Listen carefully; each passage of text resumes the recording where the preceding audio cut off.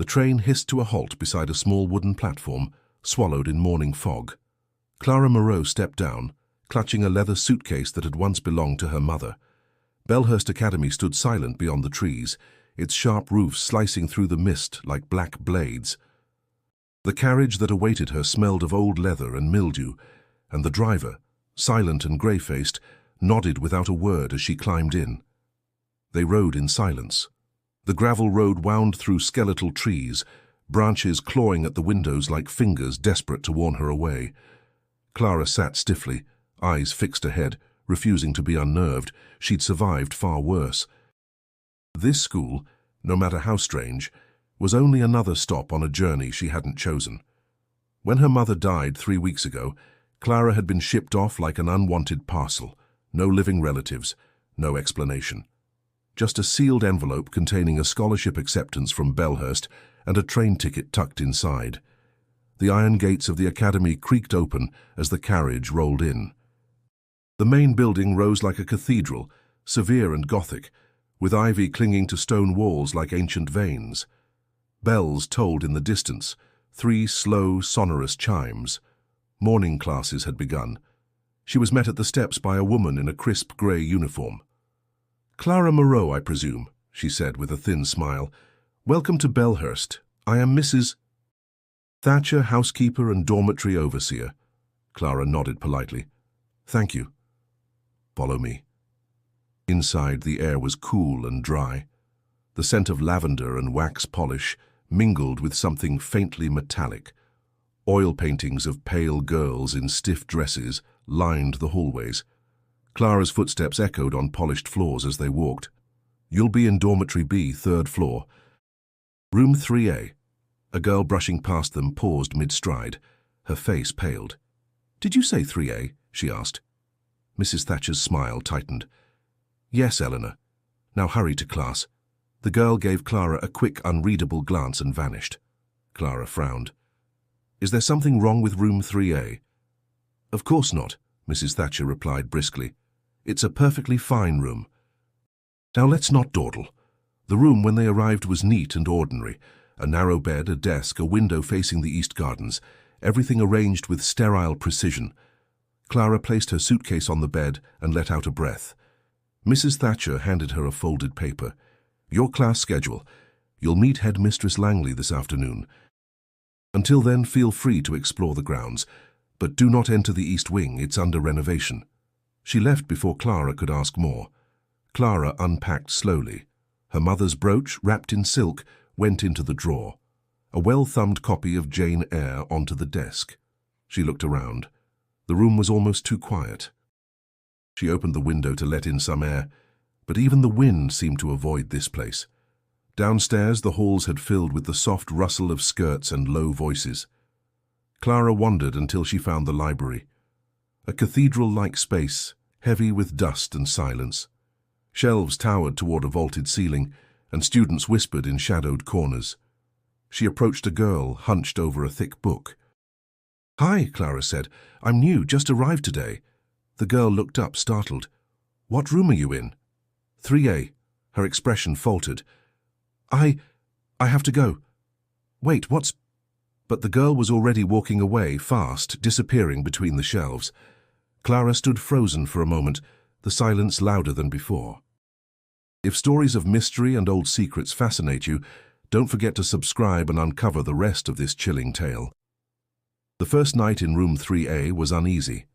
Clara lay beneath the stiff wool blanket, staring at the ceiling, listening to the creaks of old wood and the distant chime of the bell tower marking midnight. Her suitcase sat unopened in the corner. Though she'd unpacked earlier, she now felt a strange urge to keep it shut, as if the room had begun claiming things that were hers. The air was too still. Not quiet, still, as though something waited for her to sleep. She turned to the window. The curtains stirred faintly, though it wasn't open. She rose, checked the latch, tightly sealed, and felt a chill run down her spine. When she turned back, the desk drawer was slightly open. She remembered closing it. Clara crossed the room and pushed it shut again, hands trembling slightly. "Get a grip," she whispered. The next morning she woke before dawn, cold and disoriented. Her shoes were moved, angled toward the door though she hadn't touched them. A faint scent lingered in the air. Lavender, yes, but beneath it, something bitter and old, like iron and damp wood. She dressed quickly. Classes were uneventful. Latin, history, literature, all taught by women with severe hair and hollow eyes. Clara tried to stay attentive, but whispers followed her from room to room. Girls paused their conversations as she passed. They stared. At lunch she sat alone until a girl named Ruth joined her, her plate untouched. "You're the one in 3A, she said quietly. Clara looked up. "Yes." Ruth's expression was unreadable. "You should request a room change." "Why?" But Ruth only shook her head and stood. "You won't be the first to ask. If you get the chance, take it." Clara didn't see her again that day. Later that evening she asked Mrs. Thatcher about it. The housekeeper's expression froze. "Students talk. Nonsense mostly. Room 3A is fine. But I won't hear any more of it." Clara returned to her room, feeling the cold tighten around her chest. The bed looked untouched. The curtains still moved subtly, like breath. That night, the dreams began. She stood in the hallway, barefoot in her nightgown. The lanterns were lit, but the flames were black. The doors stretched taller than they should have, each labeled with names she didn't recognize. At the end of the corridor, room 3A's door was open. A woman stood inside, her face hidden behind a black veil. Clara tried to move, but her legs refused. She watched as the woman turned slowly, raising a hand, pointing, not at Clara but at the wall beside her, where dozens of names were etched in deep gouges. Some had been scratched out, others were still clear. All of them ended with the same date, graduation year. She woke, gasping, fingers clutching the bedpost. Her throat felt raw, as if she'd been screaming. The following day she visited the office of Miss Greeley, the literature teacher who seemed the least intimidating of the staff. "I've been having dreams," Clara admitted, staring at her folded hands. "About the school, about room 3A. Miss Greeley's smile faltered. "It's probably stress," she said. "New surroundings, new rules." Clara met her gaze. "Was Margaret Helling a student here?" Miss Greeley's breath caught. "Where did you hear that name?" "She's in one of the old photos near the dining hall. Her plaque says 1910. That wing is closed for a reason, Clara." "What reason?" Miss Greeley didn't answer. She just stood, walked to the door, and opened it. "You should get to class." Back in room 3A that night, Clara opened the closet for the first time.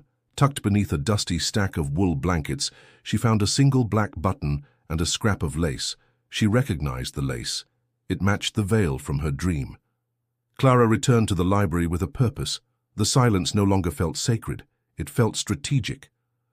Every time she reached for something on a high shelf, she sensed eyes on her. The place was too quiet, as if absorbing every sound. She searched through yearbooks first, working backward from 1930. Most entries followed the same pattern, photos of girls in uniform, short quotes, clubs, awards. But when she flipped to the class of 1925, she noticed something strange. The page for room 3A's residence had only initials beneath the pictures. No quotes, no clubs, blank spaces where text should have been. Further back, the oddities grew. In 1915's register, the students of room 3A were listed as graduated status unverified. Several names were smudged, inked over, or missing entirely. She opened the 1910 yearbook and found the name again, Margaret Helling. Her picture was formal, unsmiling, but there was something intelligent in her gaze. Clara traced the caption beneath the image. Margaret Helling, Prefect, Literature Society, Room 3A. The next line had been scratched out violently. Clara flipped to the index in the back and found a reference to a student ledger kept in the archives. It took nearly an hour to locate, locked in a drawer behind the reference desk. The drawer's key was still wedged in the back of the filing cabinet, forgotten. No one had bothered to hide it properly. The ledger was heavy, bound in thick leather, the pages yellowed with age. She turned carefully through it, scanning each column. Room numbers, dates of enrollment, graduation records. And then she saw it. Room 3A. Margaret Helling, enrolled 1907. Status, transferred, no forwarding address. Below that, Emily Price, 1908, deceased. Agnes Mill, 1909, transferred. Teresa Caldwell, 1910, deceased. The pattern chilled her. She flipped through more pages, decades of names. Girls who had stayed in room 3A either transferred, deceased, or simply unaccounted for. She counted 18 entries in all. No mention of college placements, marriages, jobs, just vanished from record. Then, at the bottom of the 1890 section, she paused. Evelyn Langley, enrolled 1887, graduate, 1890, room 3A. Clara stared. Headmistress Langley had been a student here. The name was unmistakable. She checked again, flipping back to verify. Yes, same elegant handwriting, same surname. But Langley was in her mid-40s at most.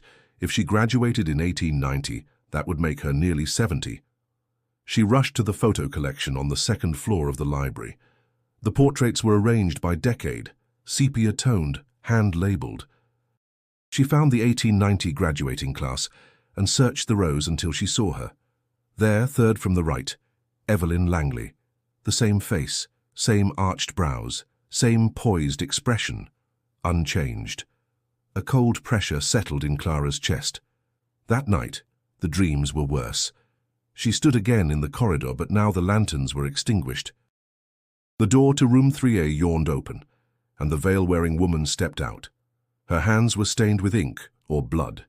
She whispered Clara's name, though her mouth never moved. Clara tried to run, but the floor shifted beneath her feet, turning to black water. The woman floated closer, and as Clara reached to push her away, her hand passed through her like smoke. She woke with blood on her fingertips. Not hers, just a trace, but it was there. The next morning she visited the hallway again, searching for the 1910 photograph she'd seen earlier. It had been scorched, edges blackened, glass cracked, but the frame now hung empty. Someone had removed it. Clara's heart pounded. She wasn't imagining it. Someone didn't want her asking questions. Someone had been watching. And the more she searched, the clearer it became. Room 3A was not just haunted. It was chosen, again and again. Clara could no longer ignore the tension pressing against her from all sides. The quiet dread that crept into her every thought wasn't imagined. It was engineered. She was being watched, judged, measured. She didn't know by whom, but she knew where it began, the walls of room 3A. It was early evening when she heard it again, the faint whispering, too low to be understood, just beyond the far wall. A soft cadence, rhythmic, almost like chanting. Clara pressed her ear against the plaster. Cold. Too cold.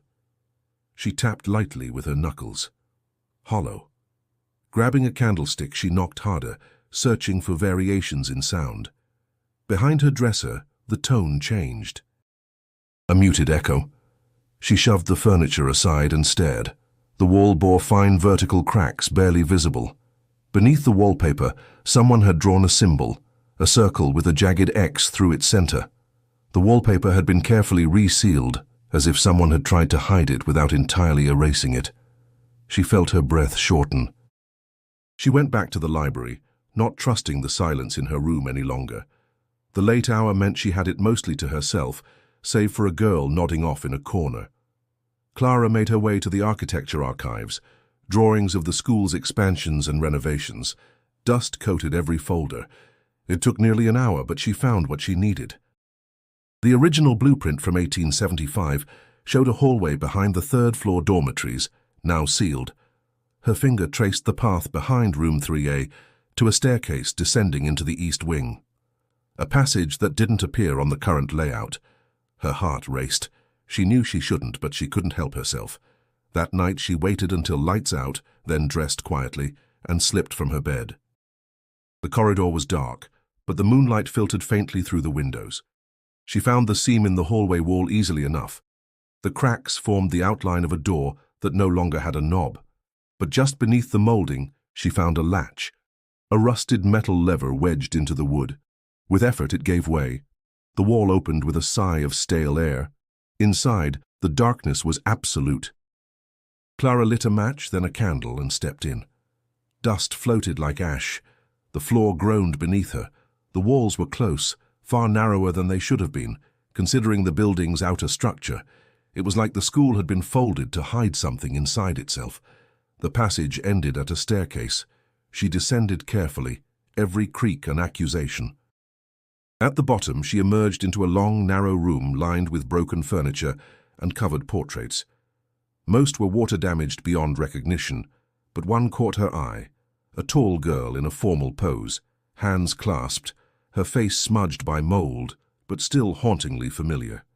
A brass nameplate below it read, "Margaret Helling, Prefect 1910. Clara stepped closer.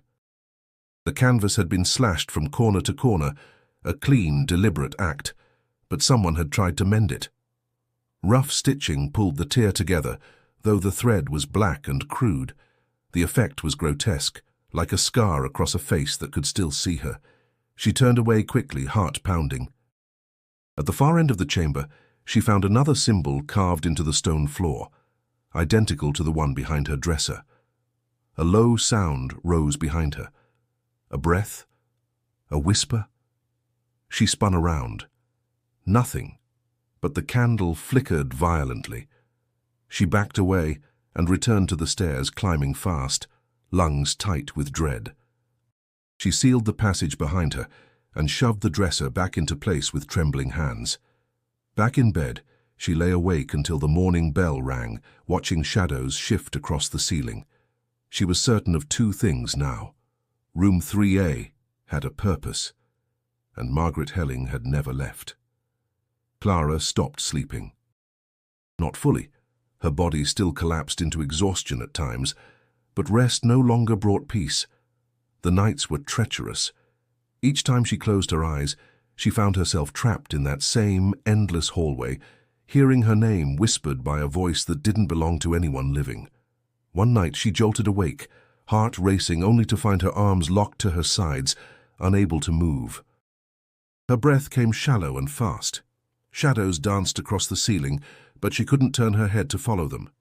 The veil-wearing woman stood by the window again, silent, watching. Then she pointed. Clara's eyes followed the line of her finger to the floor beside her bed. When she finally broke free from the paralysis, drenched in sweat and shaking, she leapt up and grabbed the candle on her nightstand. Lighting it with trembling hands, she knelt and examined the floorboards where the woman had pointed. A corner was slightly raised. She dug her nails between the boards and pulled. The plank gave way with a groan, revealing a small hollow. Inside, wrapped in cloth so old it crumbled under her touch, was a silver locket. She opened it. On one side, a tiny portrait of Margaret Helling. On the other, initials carved into the inner lid, M.H. plus E.L. Clara stared. She held the locket close, trying to understand. Evelyn Langley, Margaret Helling. Something connected them beyond student and headmistress. She pressed the locket against her chest and whispered, "What did she do to you?" Later that morning, Clara began writing a journal. She no longer trusted memory alone. Too much had blurred. Too many things were shifting around her. She chronicled the locket, the hidden corridor, the dreams, and the portrait. She wrote in secret between classes, behind books during meals, and by candlelight at night. And she kept the locket with her at all times. Ruth returned one afternoon, appearing beside her in the hallway, as if from nowhere. "You look like you haven't slept in days." "I haven't." Ruth glanced around before speaking again. "Have you seen her?" Clara didn't have to ask who she meant. She nodded once. Ruth's eyes darkened. "You should stop digging." "Why? Because something will happen to me?" "No, because something already has." She turned to walk away, then stopped. "If you find anything, real proof, come to the garden shed. After dark. Knock twice, then once. Promise me." "I promise." That night, Clara left her journal open beside her bed and stared at the ceiling. Every sound made her twitch. But no shadow came, no veil, just silence. She closed her eyes briefly and dreamed of water. Black, still water. A girl standing in the center, her white dress soaked to the knees, hair clinging to her face. Margaret. She mouthed something Clara couldn't hear. Clara tried to move closer, but each step echoed louder than the last until she woke to the sound of her own heartbeat pounding in her ears. Rain lashed the windows. Morning had arrived without ceremony. She found herself writing again, sketching the water from her dream, the face of Margaret. There was a pattern forming, pieces aligning, though the picture remained incomplete. Later that evening she noticed something new. The journal had been touched, not by her. The page she'd written on last was torn at the edge, and a faint smudge of ink marred the corner. Someone had turned it with stained fingers. And the locket? It was gone from her desk drawer. Panic flared. She searched every corner of her room, rifled through her books and bedding, but it had vanished. Someone else knew. Someone had read her journal. Someone wanted her to stop. Clara stood outside Headmistress Langley's office the next day, her hands clenched at her sides. The oak door loomed ahead, its brass handle cold and gleaming. She hadn't requested this meeting. Langley had summoned her. The secretary, a pale woman with eyes that didn't quite focus, ushered her in without a word. Langley sat behind a vast mahogany desk, papers neatly stacked, a silver tea set steaming quietly beside her. She looked up and smiled, a smile so precise it felt sculpted. "Miss Moreau," she said, "please, sit." Clara obeyed, suppressing the tremor in her legs. "I've been hearing you've taken a great interest in our school's history," Langley said, pouring tea with fluid grace. "The archives, the old student records. I was just curious." Curiosity, Langley mused, can be dangerous if not tempered by obedience. Clara met her gaze. "Is it disobedient to want to know what happened to the students who stayed in room 3A? Langley's smile didn't fade. "Ah, yes, that room. Students do love their ghost stories. It's not just stories." Langley placed the teacup down without sipping. Her tone changed, just slightly. "You've been having dreams, haven't you?" Clara's chest tightened. "That's none of your concern." "Oh, but it is. You see, Miss Moreau, we take the mental well-being of our girls quite seriously." Clara stood. "I'm fine." Langley didn't rise, but her eyes followed Clara like a hawk's. "Be careful where your mind wanders. Not all doors can be closed once opened." Clara left without another word. As she stepped into the corridor, her legs nearly gave out. The air outside the office felt heavier somehow. She leaned against the wall, trying to breathe. A group of girls passed by, laughing softly, but Langley didn't laugh. Clara had watched her for days now. The headmistress glided through the school like a phantom, always perfectly poised, never flushed, never flustered. And she never cast a shadow. Clara noticed it 2 mornings ago in the garden. The sun shone brightly, shadows crisp on the path. Every girl, every tree, every statue cast a clear shadow. Langley didn't. She moved among them like something only half tethered to this world. Clara checked again the next day. The result was the same. She brought it up to Ruth carefully. They were sitting near the chapel during study period, far from listening ears. "Have you ever noticed anything unnatural about Langley?" Ruth didn't answer at first. Then, "You think she's human?" Clara blinked. "You're saying she's not?" "I'm saying," Ruth whispered, "Langley is the reason no one talks about room 3A. She's been here longer than anyone. Teachers come and go, but she doesn't age, she doesn't leave.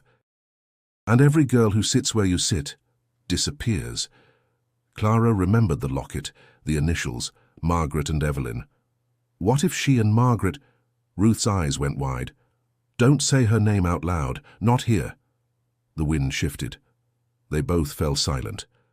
That night, Clara wandered to the garden path again, watching Langley from a distance as she moved toward the east wing. She paused at the door, turned, and looked directly at Clara. Though yards away, her gaze pierced through the shadows like knives. Clara froze. Langley raised a hand and gave a small, delicate wave, then disappeared into the locked wing without opening the door. Clara didn't sleep. She reread her journal twice, then tore out the pages about Langley and burned them in a small metal tray. She buried the ashes in the flower bed beneath her window. Whatever Langley was, she wasn't guessing anymore. She was certain now. Headmistress Langley had never left Belhurst, because Belhurst belonged to her. The envelope appeared on her pillow without sound or witness. Clara hadn't left her room. She'd locked the door. Yet there it was, aged parchment sealed with wax, no name or mark. She stared at it for a long moment before opening it, heart pounding, hands unsteady. Inside were several yellowed pages, torn from a journal. The handwriting was delicate, looping, unmistakably feminine. The first line read, "If anyone finds this, know that I was not mad. They made me silent, but I remember everything." Signed, Margaret Helling. Clara sat down, breath caught in her throat, and began to read. October 7th, 1909. They said I should be honored, that I was chosen, that the offering would ensure my future and the school's. I don't understand what they mean. October 10th. Headmistress Langley called me to her office. She gave me a ribbon made of black silk and told me to wear it every night until the moon is full. I asked why. She only smiled and said, "To prepare your soul." October 13th. Something is wrong with the air. I hear footsteps that don't belong to anyone.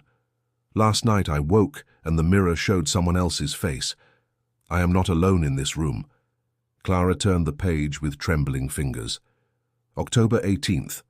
I dreamed I was drowning in ink. My lungs filled with words I could not speak. When I woke, the sheets were stained with black. October 20th. Ruth tried to warn me.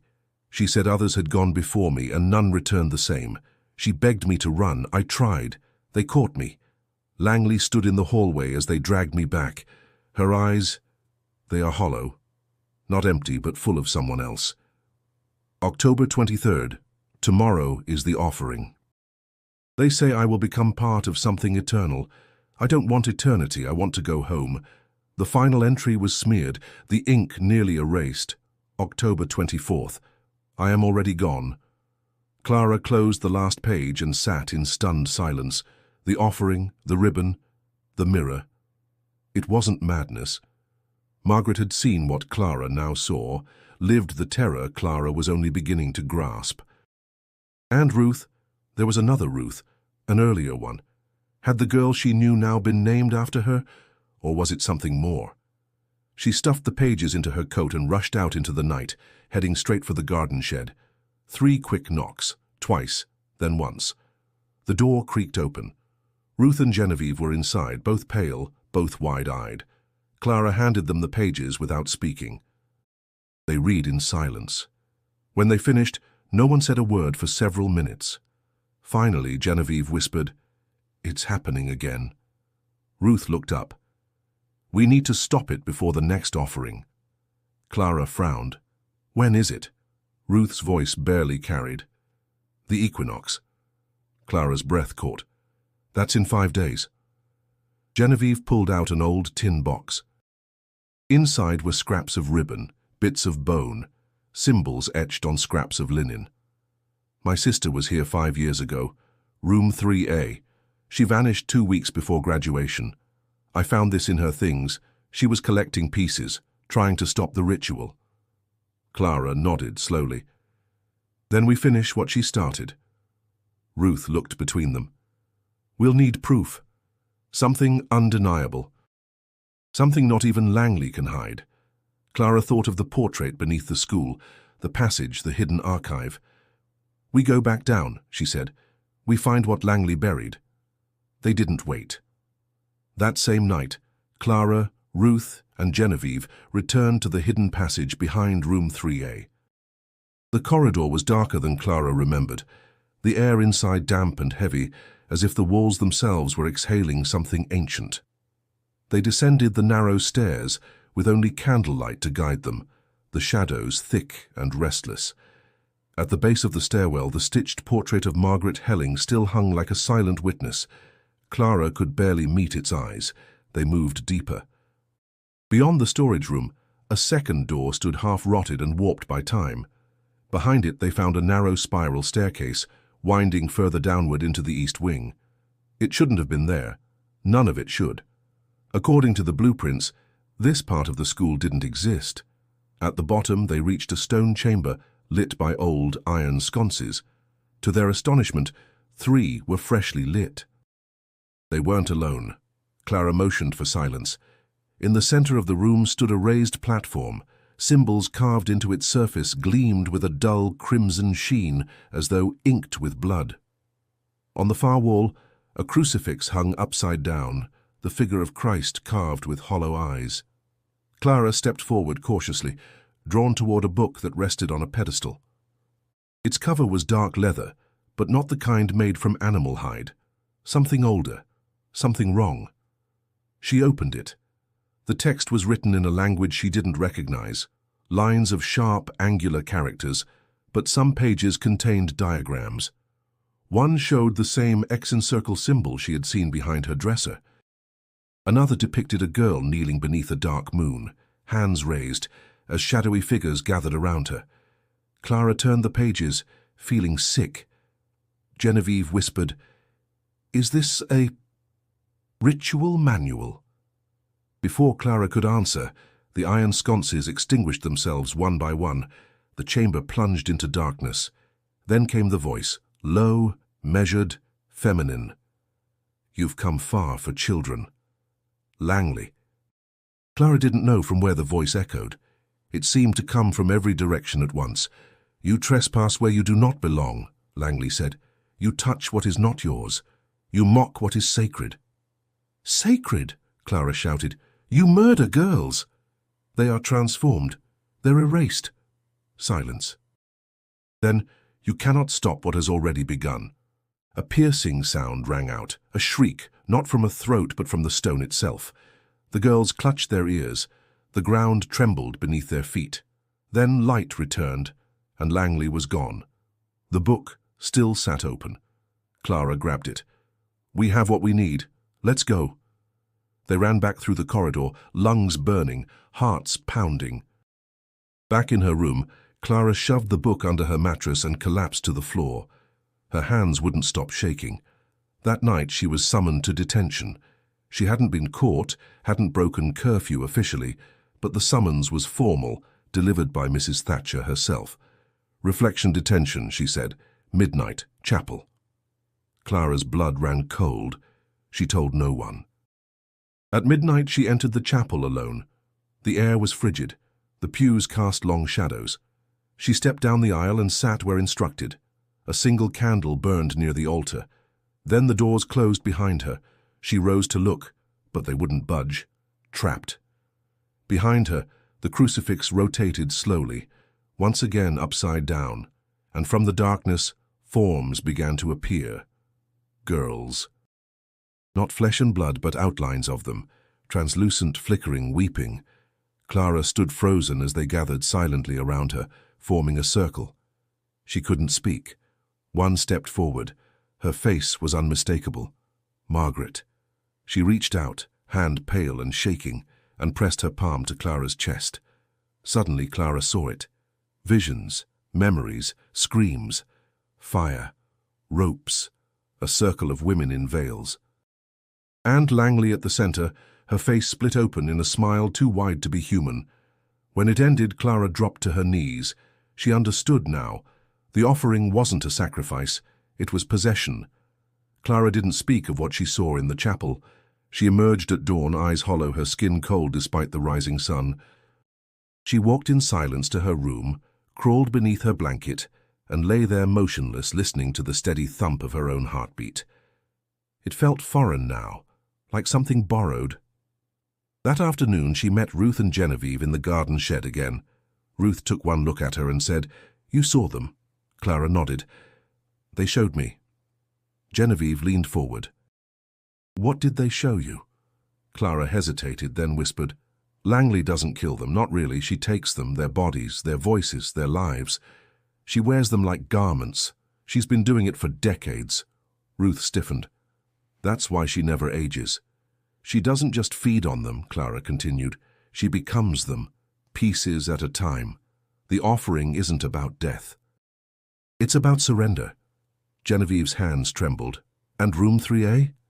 Clara pulled the grimoire from beneath her coat. That's where the preparation happens, where the girls are weakened. Their will, their identity, it's stripped slowly, through isolation, through dreams, through that room, until there's nothing left to resist. Ruth leaned in. Then we stop it. Clara opened the book. We'll need more than this, Genevieve frowned. Like what? Proof, public, irrefutable. Something we can expose to the others, to the board, to the world if needed. If we're going to challenge Langley, we need the truth in daylight. Ruth nodded.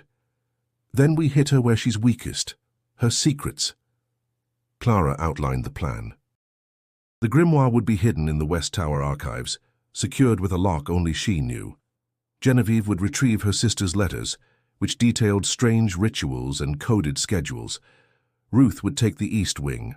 There were bound to be more hidden chambers, more traces of past offerings. They divided the campus among themselves like thieves plotting a heist. Each step was dangerous. Every hallway a trap. The following evening, Clara slipped into Langley's office during dinner service, picking the lock with trembling fingers. The room was pristine, almost surgical. Bookshelves lined the walls, but most were props, spines too perfect, dust undisturbed. She found a hidden compartment behind a painting of a cloistered nun. Inside, letters, ledgers, and student files, thousands of pages chronicling girls long vanished. Some were labeled with numbers instead of names. Some had no labels at all. But one file bore a name that stole her breath. Claudine Moreau, her mother. Clara opened the folder, hands numb. Belhurst Academy, class of 1918. Room 3A, disciplinary status, expelled. Reason, attempted subversion of ritual tradition. Clara's vision blurred. Her mother had known. She'd been part of this, had tried to stop it and failed.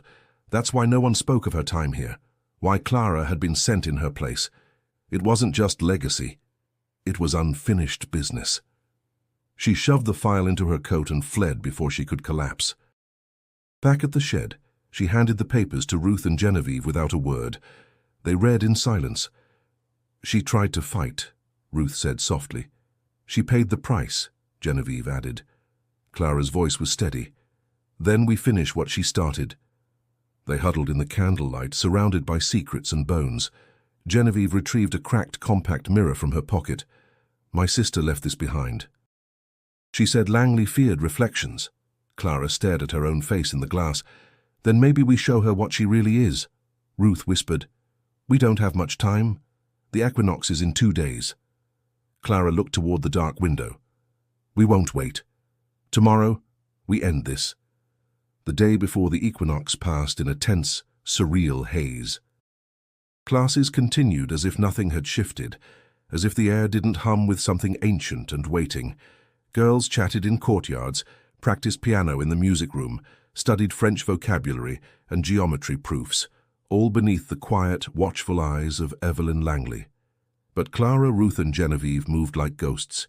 Every glance was a calculation, every silence a signal. They met one final time in the garden shed.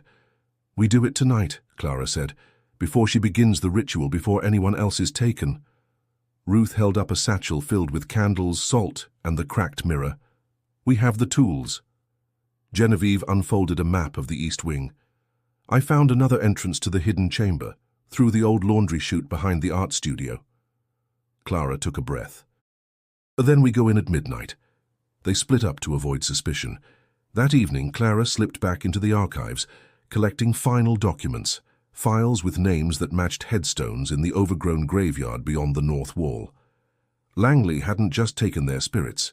She had buried their stories. At 11:57 p.m., the three girls met again, pale and determined. They lit their candles and descended. The East Wing was colder than usual. The shadows seemed thicker, more purposeful. As they moved through the passage behind the laundry chute, the walls began to pulse faintly with red light, like veins carrying something foul and alive. At the end of the tunnel, they emerged into the underground chapel. This time, it was fully lit. Candles lined the floor in perfect symmetry. The symbols on the stone glowed faintly. At the center stood a marble dais with 3 concentric circles etched in blood and gold. And on the dais, waiting, stood Langley. She wore a gown of deep crimson, her hair braided in a crown around her head. Her eyes were darker than ever. "You're early," she said softly. Clara stepped forward. "We're not here to watch." Langley's smile deepened. "Oh, child, you were never here to watch. You were always the vessel." Genevieve raised the mirror, and Langley flinched. For a moment, her reflection flickered. Dozens of faces overlapped beneath the surface, girls screaming, eyes wide with terror. One of them, unmistakably, was Margaret. "You feed on them," Clara said. "You wear them. But you never look at yourself," Langley hissed, voice dropping into something guttural. "You don't understand what I am, what I preserve. Belhurst is eternal because I am eternal." Ruth scattered salt around the circle. "Not anymore." The ground began to tremble. Langley's voice rose like thunder. "You dare challenge centuries of sacred order? You think 3 little girls can unmake what blood has forged?" Clara pulled the grimoire from her coat and tossed it into the fire at the edge of the chamber. The flames flared blue. Langley screamed, not in pain, but fury. The air shimmered. The images in the mirror pulsed violently, and the girls within began to speak. Their voices layered, mournful, rising into a single cry. "Free us." Langley lunged forward, but Ruth and Genevieve stood their ground, chanting a phrase Margaret had written in her final diary entry. The symbols in the floor cracked, bleeding light. Clara stepped into the center of the circle. "Take me, then. If you need a vessel, take me." Langley paused. Clara opened her arms. "But I'm not like the others." "I'm ready." Langley moved forward slowly, drawn into the trap. The mirror trembled in Genevieve's hands, and just as Langley stepped into the salt ring, Clara shouted, "Now!" Genevieve turned the mirror toward her. Langley saw herself, truly saw, and the spirits she had consumed rose from the glass and tore toward her, dragging her into the circle. She screamed as her body began to disintegrate, unraveling into ash and light. Then silence, the candles extinguished. Clara fell to her knees, gasping. But it was done. Clara didn't know how long she'd been on the floor. The cold had seeped into her bones, but it wasn't just exhaustion. It was aftermath, the kind that leaves silence ringing louder than screams. When she finally opened her eyes, the chamber was empty. The dais, the salt ring, the symbols, all gone. As if the ritual had collapsed in on itself, erased by the force it had released. Genevieve lay beside her, stirring weakly. Ruth knelt nearby, pressing a cloth to a bleeding cut on her forehead. "You're alive," Ruth whispered. "So are you," Clara said, her voice hoarse. They helped each other stand. Nothing of Langley remained. No body, no trace. Only the mirror lay cracked on the stone, its surface finally still. The faces that had once cried out were gone. Freed, perhaps, or lost somewhere no hand could reach. Clara clutched her mother's file against her chest. "We need to get out, before someone finds us." But as they turned to go, a sound froze them. Footsteps. Not from the tunnel, but from the far side of the chamber, a doorway none of them had seen before now, and from it emerged Miss Greeley. She looked different, not younger or older, but deeper, as if the light bent differently around her. "I wondered how far you'd get," she said calmly. "It's impressive." Ruth stepped in front of Clara instinctively. "You knew?" Miss Greeley nodded. Langley chose well once, but she underestimated how strong fear becomes when paired with truth. Clara's eyes narrowed. "You were helping her." "I was helping the school," Greeley said. "I believed in its promise, until the price became too high." Genevieve pointed at the now blank altar. "You let girls die." "I let them vanish," she replied. "There's a difference." "One that let me sleep at night for a time." Clara stepped forward. "What happens now?" Greeley looked at her for a long moment. "Now, the school begins to rot. Without Langley's presence, the foundation will crumble. Belhurst was not built on stone. It was built on obedience and ritual. Remove the core, and the rest cannot stand." Ruth asked, "Will they come for us?" "They'll try," Greeley said. "But you're smarter than they were and louder." She reached into her coat and handed Clara a small notebook. "You'll want this. The names of everyone who helped her, students, staff, visitors. Burn it or publish it. That's your choice." Clara accepted it. Miss Greeley turned to leave, pausing at the threshold. "Be ready. Langley's not the only one who fed from the darkness." Then she was gone. They climbed back into the tunnels, muscles aching, the candlelight flickering low. When they emerged behind the art studio, the sun was beginning to rise, soft gold bleeding over the school grounds. Birds were singing, the first sound of peace in weeks. Clara looked at her friends. "We're not safe yet," she said. Genevieve nodded. "But we're not alone anymore." They returned to their rooms in silence, hearts beating to a rhythm that no longer feared the dark. But just as Clara stepped into room 3A, she paused. A single envelope lay on her bed, this one sealed in red wax, marked with a crest she didn't recognize. Inside was a letter, "To the next guardian of Belhurst. The circle remains unbroken. You are not free. You are only chosen." There was no signature, just one final sentence. "Every vessel must eventually become the well." Clara stared at the words until they blurred. She folded the paper, placed it in her mother's file, and locked it away. The war was not over, but the battlefield had changed, and Clara was no longer a pawn. She was becoming something else, something Langley hadn't anticipated. The mirror led her there, not the cracked one from the ritual, but the one in her room, the tall oval-shaped glass framed in brass. For days it had reflected her image normally, but tonight it did something different. It pulsed. Clara had just finished writing a letter to the school board when the mirror's surface rippled, faint as breath on glass. She turned, heart in her throat, and saw the reflection shift. Her room exactly as it was, except it wasn't. There were no books on the desk, no blankets on the bed. The light was colder, flatter, and someone was standing behind her. She spun around. Nothing. When she turned back to the mirror, her reflection smiled. But she hadn't. The image raised its hand and pressed it to the glass. Clara's body moved without her permission, hand rising to match it. A sound escaped her throat, half gasp, half sob, and then she was pulled forward into the mirror. Not physically, not exactly. But her mind slipped. Suddenly she was standing in a corridor she didn't recognize. The walls were endless mirrors. Each one contained a version of herself, some younger, some older, some twisted with grief or rage or confusion. None of them spoke, except one. A girl stepped out from the last frame, taller, older, with streaks of silver in her hair. "You're not finished," the woman said. Clara stared. "Who are you?" "You. If you let it grow." "Let what grow?" "The thing she left behind." Clara backed away. "Langley is gone." "No," the woman whispered. "She's inside you now, a seed."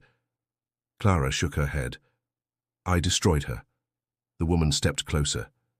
"You resisted her, yes, but part of her is inside all who pass through room 3A. That is why it was built, not as a chamber, but a conduit." Clara tried to run. The corridor stretched infinitely. Every step echoed into silence. And then a door appeared ahead. She opened it and found herself in a garden, lush, warm and bright with morning sun. Birds chirped, bees hummed, but there were no walls, no borders, only a stone bench. And on it her mother sat, reading. Clara froze. "Mum?" The woman looked up, smiled. "Hello, darling." Tears welled in Clara's eyes. "Is this real?" "In some way," her mother said. "You followed the truth. You made a choice." "I didn't save anyone," Clara said. "They're still gone. Langley still lingers. I feel her." Her mother stood. "Then carry her wisely. Not all fire consumes, some fire reveals." Clara reached forward, but the image shimmered, and she was back in her room, alone, sweating, trembling. The mirror was still, her reflection normal. She stumbled to the desk, opened her journal and wrote everything down. Every word, every face, every impossible vision. Then she opened the hidden floorboard beneath her bed and retrieved the locket. It was warm to the touch. Inside, Margaret's face had faded. In its place, Clara's.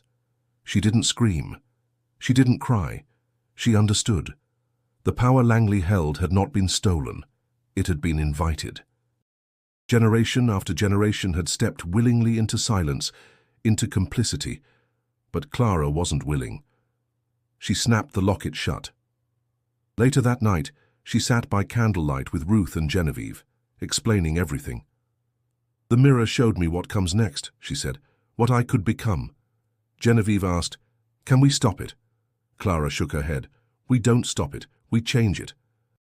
The offering doesn't have to be destruction, it can be redefined." Ruth frowned. "How?" "We choose who inherits it," Clara said. "We build a different tradition." "And the spirits?" Genevieve whispered. Clara looked toward the window. "We set them free." The night of the equinox arrived in silence. No wind moved through the branches. No owls called. Even the stars above Belhurst seemed dimmer, as if the heavens themselves held their breath. Inside the chapel, Clara stood barefoot on the stone, wearing the same black ribbon Margaret had once described. She had taken it from the archive, wrapped in cloth, hidden beneath layers of forgotten files. It still smelled of lavender and dust. She had made her decision. Ruth and Genevieve watched from the edges of the chamber. Neither spoke. They knew what this meant. Clara had insisted only she would step into the circle. She wasn't afraid anymore. The dais was ready. The markings had been redrawn, not with blood, but with ink from the archives mixed with salt. Clara had rewritten the ritual from memory, removing the surrender, changing the invocation. It was no longer a plea. It was a command. As the clock struck midnight, the temperature dropped. Clara raised her arms. "I am not your vessel," she said. "I am not your silence. I am not your air." The flame at the center of the circle flickered, then turned black. Around her, the walls pulsed with whispers. "I invite the voices," Clara said louder. "I summon the forgotten. I call the lost," and they came. One by one, shapes formed, girls in faded gowns with pale eyes and open mouths. Some wept, some stared, some reached for her. "I offer myself," Clara said, "but not in submission, in defiance." She drank from the chalice, not the one Langley had used, but a new one carved from stone filled with salt water and crushed ash from the burned ledger. The taste was bitter and sharp. Clara's body convulsed. Images rushed into her, centuries of voices, memories, fears. She saw Margaret's last breath, Emily's scream, Agnes standing in the rain, hands outstretched, dozens of girls layered over her own heartbeat. She didn't resist. She held them. Her back arched as the energy surged through her. A cry escaped her lips. Not pain, but transformation. Ruth stepped forward, terrified. "Clara?" Clara's eyes snapped open. They were glowing, but not with Langley's hunger, with something deeper, brighter, a light that shimmered gold, not red. Clara looked at her friends. "I can feel them, all of them. They're inside me, but they're not screaming anymore." Genevieve reached toward her. "What now?" Clara turned to the largest mirror in the room, the same one that had once shown Langley's reflection as a patchwork of victims. Now Clara saw only herself. She stepped closer. The spirits followed. In the glass, their faces shimmered behind hers, but they were calm, watching. "I won't let her use them again," Clara said. The glass cracked at the edges. "I won't let her use me." She pressed her hand to the mirror. The surface turned to mist, and one by one the spirits passed through it, vanishing. No screams, no resistance, just release.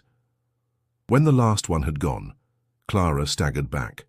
Her body felt lighter, but her chest ached with something more complex than pain. Genevieve caught her. "You did it." Ruth helped steady her. "You freed them." Clara shook her head. "Not all. Some are still bound. The roots go deeper. But this is the beginning." She looked down at her hands. They were trembling, Not from weakness, but from energy. New, unclaimed. Margaret's voice echoed faintly in her mind. You are the first to choose. And she understood. This was no longer Langley's legacy. It was hers now. What she did with it would decide everything. It began with the walls. Thin cracks spread across Belhurst's stone foundations like spider webs, first in the east wing, then under the main stairwell, then beneath the great hall. The building groaned as if rousing from centuries of forced silence. Clara stood in the headmistress's office, staring at Langley's empty chair. The desk was bare. The ledger gone. The faint scent of lavender had vanished. She turned to Ruth and Genevieve. It's happening. The school is unraveling, Ruth said. We broke the bond. Clara nodded. But we're still here, and it's not done with us yet. They heard it before they felt it, the pulse, like a second heartbeat rising from the floors. A deep vibration that made the lamps flicker and the windows shudder in their frames. Genevieve stepped to the window. It's the chapel. There's light pouring out of it. Clara grabbed the grimoire, not to use but to destroy, and the three of them ran. Outside the sky had shifted. No stars, no moon. Just a thick, cloudless grey that glowed faintly, with the same light emanating from the chapel doors. As they crossed the courtyard, the bell tower rang once, only once. Inside the chapel, the altar had split open. The stone dais had cracked entirely down the middle, revealing a deep chasm beneath it, black, endless. The markings from the ritual glowed faintly along its edges. And from that darkness a figure rose, not Langley, but something shaped like her. It wore her face but stretched too thin, eyes too large, mouth split wide in a rictus grin. Her form flickered, made of smoke and bone and memory. Did you think you could erase me? It hissed. Clara stepped forward. You're not Langley. You're what's left of her. The residue. I am the root, it said. She was only a branch. Clara opened the grimoire, tore out the final page, the page written in Langley's own hand, and tossed it into the fire. The creature screamed, a sound that bent the walls. You don't belong here, Clara said. This place is no longer yours. It lunged. But Ruth stepped forward with the mirror, holding it aloft one last time. See yourself! The creature froze. Its reflection appeared, not monstrous but empty. A hollow girl with no eyes, no mouth, nothing inside. And behind her, dozens of figures, the girls who had vanished, each now whole, each watching. Genevieve whispered, They're holding her. The reflection reached out. The girls from the mirror pulled Langley's shadow inward, and the creature shattered. The chasm closed. The walls of the chapel stopped shaking. Clara fell to her knees, gasping. It was done, for real this time. Genevieve dropped the mirror. She's gone. Ruth looked around.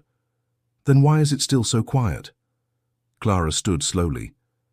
Because Belhurst doesn't know who it is without her. They exited into the courtyard. Morning light had begun to break through the clouds. Other students emerged from dormitories, drawn by the noise, the tremors. They looked confused, frightened. No one spoke.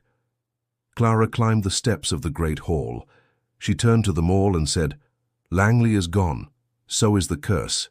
But this place is full of secrets, and it's up to us what happens next. They listened, and for the first time, someone answered. A younger girl raised her hand and asked, Are we safe now? Clara didn't lie. I don't know, but we're free to ask. In the days that followed, authorities arrived. Inquiries began. Old archives were seized. Clara, Ruth, and Genevieve were questioned, but they gave only enough to ensure change without triggering the same machinery Langley had used to hide the truth. The school board dissolved. Belhurst was closed temporarily. Clara stood outside the gates one last time, her suitcase in hand, eyes scanning the stone towers now silent behind ivy and mist. Her hands still trembled sometimes, but her voice never did again. 10 years passed. The gates of Belhurst remained closed, rust eating through the iron filigree, ivy overtaking the stone. Locals whispered about the school's collapse. Some said it was fire, others claimed a sickness or scandal too great to name. No one told the full story. No one could. But Clara Moreau didn't forget. She carried Belhurst with her, not as a curse, but as a vow. In a quiet corner of Massachusetts, she opened a home for girls, not an academy, not a place of discipline, a sanctuary. The Langley name was never spoken, but Clara's reputation reached far. She welcomed the forgotten, the silenced, the strange. They came in waves, girls with haunted eyes, girls who whispered in sleep, girls who had once dreamed of escape and now dreamed of return. She gave them mirrors, not to trap, but to reflect, and books, blank ones, for stories no one else would tell. She never aged the way she expected. At 30, she still looked 20. At 35, perhaps 22. Ruth said it was the ritual. Genevieve thought it was the power she absorbed from Langley. But Clara knew better. She hadn't become Langley. She'd become the keeper of what Langley tried to erase. One afternoon, while clearing boxes in the attic, a girl named Tessa brought her something. "Miss Moreau, this was behind the wall. It had your name." It was the locket, unmarked now, the photo inside blank. Clara held it for a long moment, then placed it in a drawer and closed it for good. That night she stood in front of her own mirror. She didn't see ghosts, but she didn't see only herself either. She saw 1,000 choices, 1,000 chances, and she smiled. If you followed Clara's journey this far, thank you. Belhurst Academy is fiction, but its echoes are real. The stories we silence, the rituals we repeat, the power we allow to fester in tradition, they shape more than myth, they shape memory. If you found this story haunting, moving, or thought-provoking, don't forget to subscribe. It helps us keep telling the tales that linger just beyond the light. And if you're ready for the next chilling mystery, click the video on your screen now, because some doors once opened never truly close.